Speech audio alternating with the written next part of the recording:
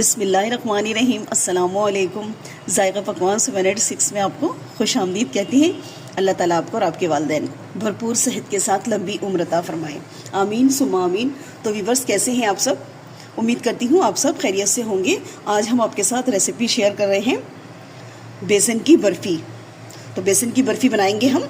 Recipe अच्छी लगी तो लाइक और शेयर कीजिएगा, और चैनल पे नए हैं तो चैनल को भी सब्सक्राइब करके बेल आइकॉन के बटन को प्रेस कर लें, ताकि मेरी हर नई आने वाली वीडियो का नोटिफिकेशन सबसे पहले आपके मोबाइल पर आ जाए। तो चलिए रेसिपी शुरू करते हैं। देखिए, यहाँ पर मैंने बेसन ले लिया है 2 कटोरी, ठीक है। और चीनी मेरे पास कम से कम आधी कटोरी से ज़्यादा है, यानी कि 200 ग्राम मेरे पास चीनी है। और ये आधी कटोरी मेरे पास बेसन है। ये भी मेरे पास 200 ग्राम के करीब घी है, ठीक है। अब हम इसको शुरू करते हैं।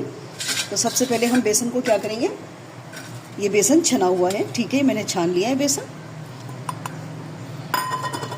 दोनों कटोरी बेसन हम इसमें डाल देंगे। और इसको दानेदार बनाने के लिए हम क्या करेंगे, इसके अंदर थोड़ा सा हम यहाँ पे डालेंगे दूध, ठीक है। दूध डालेंगे हम 3 से 4 टेबल स्पून। अब इसको क्या करेंगे, हम अच्छी तरह से इसको मसल लेंगे इस तरह से। और दोनों पे हाथों पे रख के ना, हथेलियों के ऊपर इस तरह से हाथ में हम इसको मसलते जाएंगे, ताकि बेसन हमारा थोड़ा सा दानेदार बन जाए। क्योंकि बेसन ये है बारीक। अगर मोटा बेसन होगा तो आपको फिर ये काम करने की ज़रूरत नहीं, क्योंकि मोटा बेसन भी आता है दुकान पे। तो मेरे पास ये बहुत बारीक वाला बेसन है जो पाउडर फॉर्म में होता है। देखिए, ठीक है। मैं इसको बना लूँगी इस तरह से। चलिए, देखिए बेसन को मैंने अच्छी तरह से मसल लिया है इस तरह से। देखिए कितना अच्छे से बेसन हमारा दानेदार बनके तैयार हो गया। हम क्या करेंगे, इसको एक मरतबा और छान लेंगे। तो मैं इसको देखिए ऐसी मोटी छन्नी से इसको छानना है, ठीक है। तो इसको सब बेसन को मैं एक दफ़ा छान लूँगा। चलिए, देखिए कितने अच्छे से हम इसको छान रहे हैं। इससे क्या होगा, ये प्रोसेस करने से कि आपके जो बेसन की जो बर्फ़ी होगी ना, अच्छी सी दानेदार बनेगी, जो खाते में ना बिल्कुल भी मुँह में ना चिपकती नहीं है। तो बस देखिए, मैंने बेसन भी अच्छे से छान लिया है। देखिए, ये बेसन सारा हमने छान लिया। अब जो थोड़ा सा जो ये मोटा मोटा बच गया ना, इसको हम यहाँ पे रख लेंगे, ठीक है। इसको ज़ाया नहीं करेंगे, इसको थोड़ी देर भिगो के ना, जो घर में आटा गूँदेंगे आप उसमें मिला दीजिएगा इसको। तो बस बेसन हमारा तैयार है। चलिए, सबसे पहले हम बेसन के बर्फ़ी के लिए हम यहाँ पर चाश बना लेते हैं।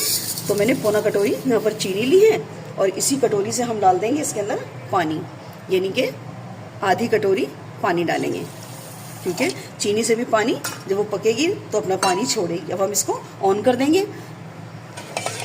चलिए, देखिए हमने इसकी चाश चढ़ा दी और इसको हम पकाएंगे। इसमें 1 से 2 उबाल आ जाए, और बिल्कुल हमें इसको इतना रखना है कि बस हल्की सी ये चिपचिपी हो जाए चाशनी, यानी कि एक तार की बन जाए चाशनी। ज़्यादा इसको हमें पकाना नहीं है, वरना क्या होगा, बहुत ज़्यादा चाशनी को बना लेंगे ना हम, तो फिर बर्फ़ी जो है ना वो थोड़ी सी सख्त हो जाएगी।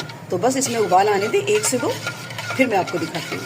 चाशनी हमारी अच्छे से खूब पक गई है। 2 से 3 इसमें उबाल आ गए, और बिल्कुल हल्का जब इसको ये देखिए, हमारे यहाँ देखिए रोशनी थोड़ी सी कम नज़र आ रही होगी आपको, तो बहुत ज़्यादा इसका शीरा नहीं बनाना है। तो बस अब इसको हम हटा लेंगे। ये देखिए, यहाँ पर मैंने कढ़ाई गरम कर ली है। हम इसमें घी डालेंगे।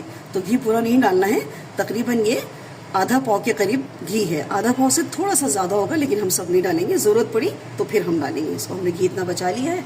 अब बहुत तेज़ गरम घी में ना बेसन नहीं डालना, वरना क्या होगा, जैसे ही आप बेसन डालेंगे ना तो बेसन जल जाएगा। तो बस इसमें हम बेसन शामिल कर देंगे। और कढ़ाई को तेज़ हमने गरम कर लिया है। चूल्हे को हम बिल्कुल लो कर देंगे। लो फ्लेम पे हम बेसन को भूनेंगे, ताकि बेसन अच्छी तरह से भुने हमारा। कम से कम 2 से 3 मिनट हो गए मुझे बेसन को भूनते हुए। भी देख रहे हैं बेसन थोड़ा सा खुश्क लग रहा होगा ना, तो क्या होगा, जैसे जैसे बेसन हमारा भुनाई पे आ जाएगा ना, तो ये घी रिलीज कर देगा। तो मैं इसको मज़ीद और भुनाई करूँगी। और एक बात और, अगर देखिए घी अगर बहुत ज़्यादा हो गया ना, तो क्या होगा, आपकी जो बर्फ़ी है ना वो जमेगी नहीं, बहुत नरम बन जाएगी। तो घी की क्वांटिटी का भी बहुत ख्याल करना है। कम से कम 7-8 मिनट हो गए बेसन को भूनते हुए।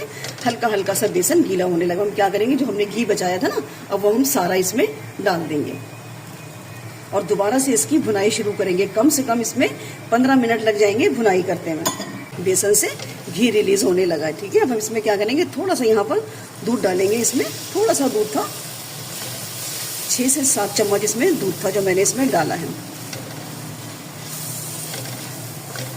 थोड़ा सा दूध बचा है वो भी हम इसमें डाल देंगे, और दोबारा से इसको चलाना शुरू करेंगे। लेकिन चम्मच आपको बराबर चलाना है, वरना क्या होगा, कहीं कहीं से बेसन डार्क कलर का हो जाएगा और कहीं से लाइट। तो इसको मिक्स करती जाए जल्दी जल्दी। चलें देखिए बेसन की अच्छे से खुशबू भी आने लग गई है।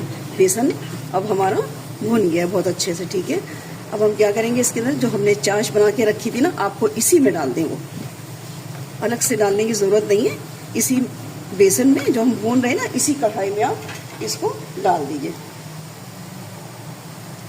पूरी चाश उठा के इसमें डाल दें और इसको भी अच्छे से पकाएं। कम से कम 2 से 3 मिनट ये पकेगा इसके अंदर, और चलाते हुए पकाइएगा ताकि इसमें लम्स ना पड़े। 2 इलायची थी, इसको मैंने कूट लिया है, ये मैंने इसमें डाल दिया खुशबू के लिए।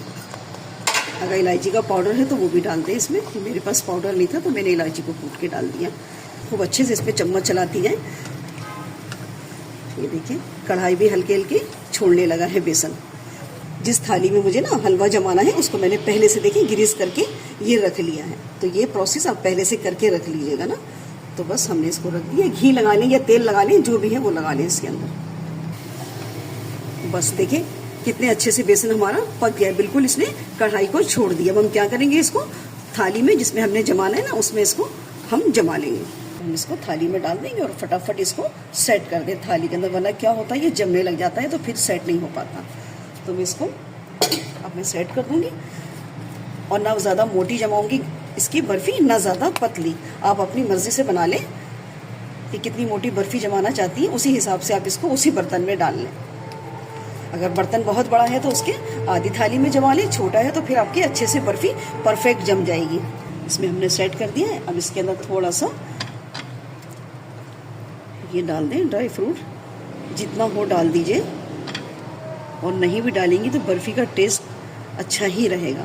तो थोड़े से मैंने डाले हैं, 8 से 10 बादाम है, थोड़े से मैंने इसमें काजू काट लिए 8-10। बस इसको क्या करेंगे, इसको अच्छे से इसमें थोड़ा थोड़ा सा दबा दें ताकि इसमें अंदर सेट हो जाए। इसी स्पैचुला की मदद से इसको दबा दें इस तरह से, और इसको काउंटर पे रख दें आप। कम से कम आधे घंटे के बाद मैं इसकी कतलियाँ काट लूँगी, ठीक है। और इसको कम से कम 2 घंटे के लिए मैं काउंटर पे छोड़ दूँगी, क्योंकि मौसम भी ठंडा है। अगर जल्दी है तो फ्रिज में रख लें 1 घंटे के लिए, तो उसमें भी बहुत अच्छे से सेट हो जाएगा। तो मैं इसको काउंटर पे ही छोड़ दूँगी 1 घंटे के लिए। चलें देखिए मैंने इसको काउंटर पर ही 30-35 मिनट छोड़ दिया था, और ये इतनी ही देर में माशाल्लाह सेट हो गया है, ठीक है। अब हम इसकी कटिंग कर लेते हैं। तो बर्फ़ी काट रहे हैं तो थोड़े से ना छोटे छोटे से पीस हम काटेंगे, ज़्यादा बड़े नहीं काटेंगे। आप चाहें तो डायमंड शेप में काट लें, मैं इसको स्क्वायर में काटूंगी।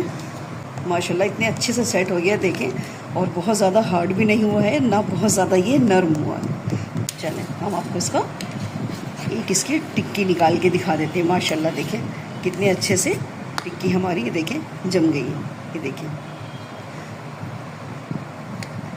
अब ये आराम से ईज़िली निकलती जाएगी। ये देखिए